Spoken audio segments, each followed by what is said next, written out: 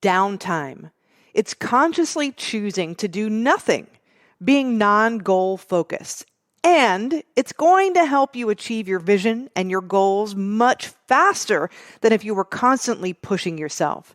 So stay with me for today's episode where we talk about downtime, its impact on the brain and your energy and your results. The following was recorded in front of a live studio audience at the Studio 21 Podcast Cafe. This is the United Podcast Network.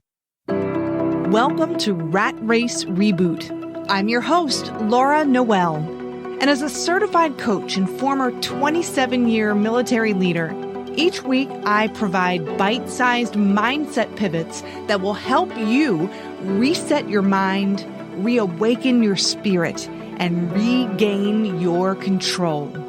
Welcome back for another episode of Rat Race Reboot. I'm excited that you're here listening. Today, I want to talk about something that is really near and dear to my heart. And I was recently teaching a time management class to an organization.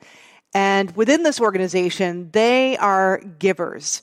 They care for people at such a high level that they often neglect themselves. And as I was teaching this time management workshop, most of the time management workshop was spent around understanding what is your relationship with time, look at your results and how you're spending it. What would you prefer your relationship with time to be, and how would you rather live your life? And then we started to get into some specific skills and tools that they could use. But as I was conducting this workshop, I was noticing in the chat thread and through messaging that people were just saying, these are the things that I want. I want to talk with friends I haven't talked to. Because I asked them, if you could reclaim an hour of your time in a day, 7 hours in a week, what would you do with that time? Because if you can't even imagine it, you're not going to create that space for yourself. So people started putting in the chat, I want to have conversations with friends I haven't talked to in a while. I want to go on a hike. I want to just think. I just want space to think. I want to take care of myself and exercise. I want to have a meal with my family. Now, these weren't things that were, outlandish or crazy. They were just the simple little things in life. And givers who, many of us are givers. The last person we often give to is ourselves. So a lot of people were also typing in the chat and individually messaging me saying, oh my gosh, you're talking about this and I'm crying. I don't know how to take care of myself. I don't give myself any space to do any of these things. So downtime, it's counterintuitive. It's not often a part of our nature. It's certainly not something that we typically value. We value being selfless. We value giving until we have nothing left to give. We value hard work. I can remember being in an organization where, we were working until like 2 a.m. It was like all hours, all day, and we'd have little breaks we were just putting together some events, and it was constant work. But even if we didn't have work or we weren't actively doing something and it was midnight, right? If we looked like we were just sitting, then somebody would get on our case to be doing something. So even if we weren't physically working on something, we never had time to recuperate, because even in the moments of downtime where we weren't actually doing work to move our goal forward, we were looking like we were busy. That's a horrible state of affairs to be in. And it's going to have negative consequences on people who operate like that. You're thinking linearly, and you're not tapping into your gifts, your insight, your intuition, your creativity. So I challenge you to start incorporating downtime into your life. And so downtime is being in the moment, being spontaneous, not having a plan, not having a goal, chilling on a Sunday morning with no planning. And I don't mean being in front of the TV. I mean, that can have negative consequences if you're all day, every day, just zoning out in front of a TV. That can have long-term effects on your brain and your health, and it's not good. But I'm talking about allowing your mind to wander, unplanning, and just being, daydreaming, surrendering to that. So what I ask this group of people to do, and I'm going to ask you to do the same thing, is to think about your day, look at your day. How are you spending your time? And that will give you an indication of what your relationship with time is. If time were a friend, how would you describe that friend? Is that friend never there when you need them? Or is that friend always showing up when you don't need them and you have too much time on your hands and you feel bored? Is time fleeting? Is time stressful and frustrated? Look at your calendar. Look at how you feel at the end of the day, and that's going to give you an indication on your relationship with time. So now that you know that, don't beat yourself up about it. Now I want you to start to think about how you want your relationship with time to be. It's always there when I need time. It feels effortless. Things are fun. It feels like I have just what I need at just the right time. They show up. It feels confident. It feels calm. That's, how do you want to feel at the end of the day? And then think about if you could recapture and structure your time in such a way where you could find an extra pocket of time that equated to an hour a day. What would you do with that time? And here's where I want you to start plugging into your calendar, time blocking it, something every day, even if it's just 5 minutes, 10 minutes. Maybe it's something at the end of the week. You save up those hours and you do something just for yourself. But I want you to plug that time into your schedule, that downtime. Hey, I'm not doing anything. I'm not planning anything. I'm putting my out of office reply thing on my email and on my phone. And I'm just going to do what strikes my fancy. Maybe it's taking extra time at lunch. Maybe you feel like meditating. Maybe you feel it's a beautiful day. You're just going to stop what you're doing and go for a walk. So downtime doesn't have to be this big chunk of time. It could be in the pockets of time that you do have. So I wrote a couple of examples here. Maybe you're waiting at the doctor's office or something, or you're waiting for an appointment. And instead of going through your emails, I'm guilty, I've done this too, maybe you just mindlessly thumb through a magazine and whatever inspires you, you just look at it. Maybe it's meditating. Maybe it's listening to music and not doing anything, just letting your mind wander. Maybe it's when you're flying on an airplane, instead of feverishly typing, maybe you carve that time out for yourself, or some of that time, if it's a long flight, to decompress, to meditate, to maybe watch a movie and laugh. Maybe it's to connect with the people around you. So what we're doing is when we're consciously choosing downtime, I want you to consciously choose it. We're disconnecting from our usual and linear way of thinking. And research has shown that when we disconnect consciously from goal-directed thinking, we're tapping into our intuition. And when we can tap into our intuition and creativity, that's when we often have those aha moments, insight, and we can creatively solve our problems or the challenges that we're coming up against. From a neurological perspective, downtime, when we think of being in this inactive state through daydreaming or ideating, according to Dr. David Rock of the Neuro Leadership Institute, this is our default neuronal network, and it activates activity in the medial. This is for the scientific people who want the nerd science, which I love.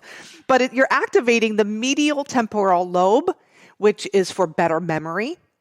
You're activating the prefrontal cortex, which deals with your sense of self, your identity, your self-image, your confidence. Your posterior cingulate, which is related to autobiological reflection. It allows for integration. Have you ever gone to a workshop or something that you're really interested in? I remember going to workshops about marketing and being a digital entrepreneur.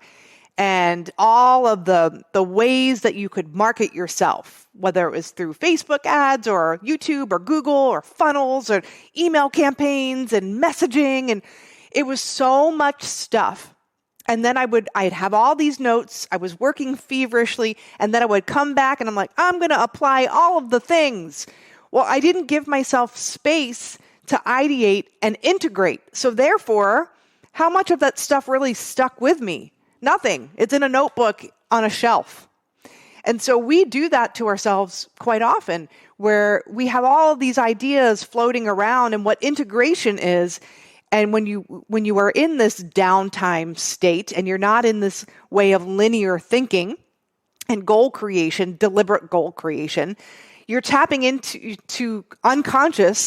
your unconscious mind. You're tapping into ideas that have a chance to kind of mold and mesh. And from that, you can be creative. You have other ideas that kind of emerge. And that's why I have us doing the 3 minutes of reflection and meditation at the end of every episode, because that's a way for you to disconnect and create downtime in your life. But I challenge you to make this a part of your daily habit. 3 minutes. You have time for that. Pull a few episodes of Rat Race Reboot and download that little 3-minute meditation. Do that every day, or do that to your own music, or just count your breath. But this is how you integrate. This is how you can tap in and harness those insights.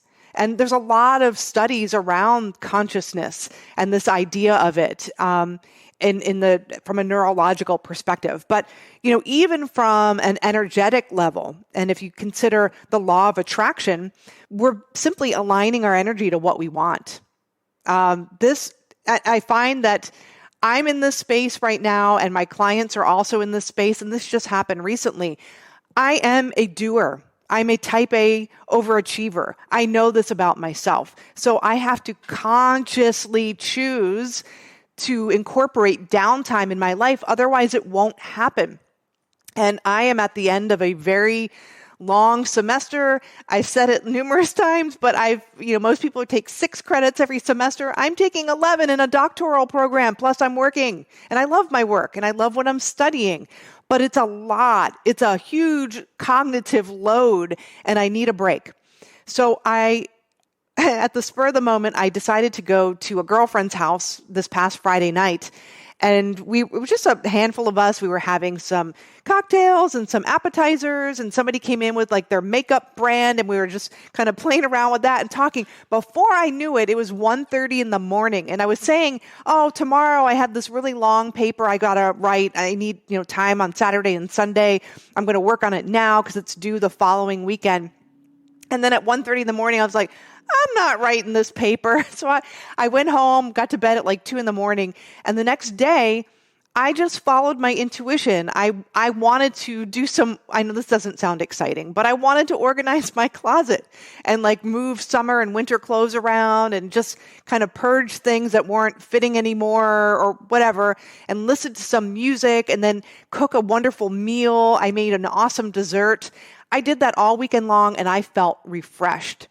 And the next day, I was able to very quickly tap into my creativity and write down the outline of my presentation. It felt easy and effortless, and it was cohesive, and it made sense. And what I found when I had my client webinar a couple of days ago is one of my clients had taken a month off, pretty much, to take care of her health and also help with her family. And her family was going through I can't talk. Her family was going through some things. And at the end of the month, what she noticed was opportunities were starting to come to her. And she is capitalizing on those opportunities. And she wasn't reaching for those opportunities and striving for them and chasing after them. She was allowing. She was taking care of herself. And in that energy, when you're taking care of yourself, you're attracting everything that's in harmony with that self-care, that high vibrational energy. In my case, I was finding joy in connecting with people and in spending time with my husband.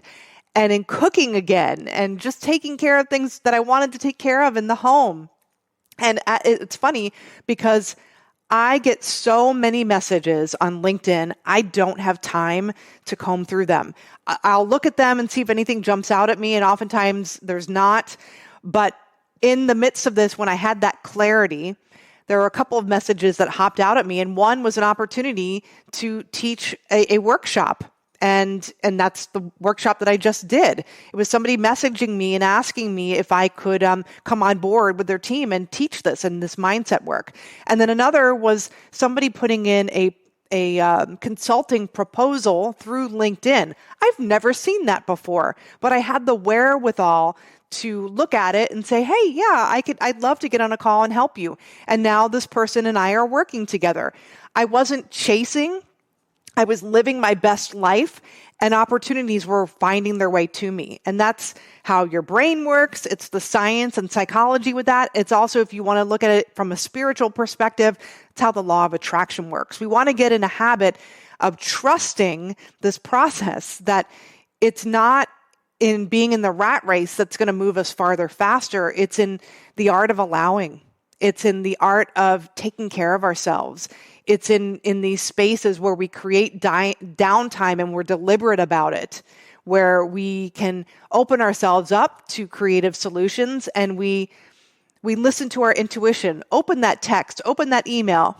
That's interesting. Respond to that where you ordinarily wouldn't. So that's what this is about. So I challenge you today, carve some time out for yourself, downtime. Nothing that's goal-directed. Tap into your inner wisdom. Be open to the insights that you have. Start trusting that intuition, but be deliberate about it. And I want you to time block something every day for the next couple of weeks. I want to know how it's going for you. It could be 3 minutes. It could be 10 minutes, but put something on your calendar every day where you are deliberate about your downtime, because that is going to move you a lot farther, a lot faster. So I hope this has been helpful for you today. And we're going to end today's episode the way we always do. And I want you to start thinking about and building an image of what would you do with all that extra time you create, because you're thinking not just linearly, but you're tapping into your gifts, your creativity. So take an inhale with me and exhale. Take one more deep inhale and exhale. Take a deep inhale and inhale that white, hot light into any areas where you're experiencing tension and tightness. And then exhale, letting those areas just kind of melt away. And ask yourself, if I had an hour of time extra just gifted to me a day, what would I do with that time?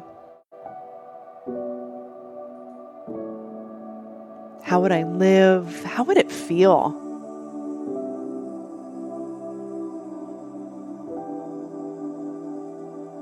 Would you go on a hike? Would you connect with people you love? Would you just use that time to think and to be? And to be okay with just sitting? How would that feel? To just bask in the deliciousness of just being without expectation, nowhere to go, nothing to do. Just whatever your heart desires, whatever your intuition guides you.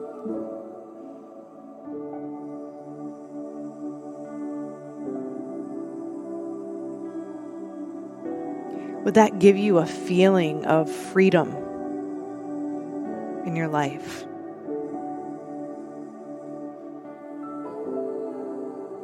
To know you could pack up your work at any time and connect with that person or those people you just truly connect with. Maybe it's building relationships with people you have yet to know.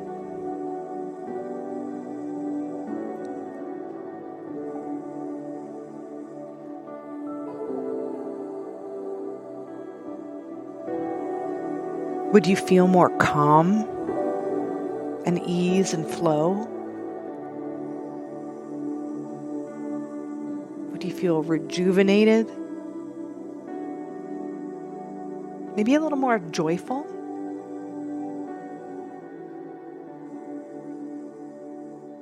And now that you're in harmony with that person you really are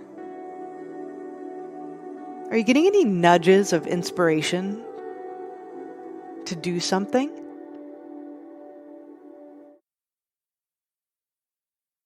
So I want you to write those little ideas, those sources of inspiration. Write them down and act on them. And try this out for the next couple of weeks. Let me know how it goes for you. Go on to ratracereboot.com. Subscribe if you want to know when our episodes are coming out. And also, wherever you listen to your podcasts, leave us a 5-star review. Leave us some comments. I read those. And also, if there's something specific that you would like help with to help you get out of the rat race, I want you to let us know in the comments there as well. And I will incorporate your ideas, your wants and desires into another episode so that you get the most value out of this. But remember, everything is created twice, first in your mind and then in physical form. We'll see you next week.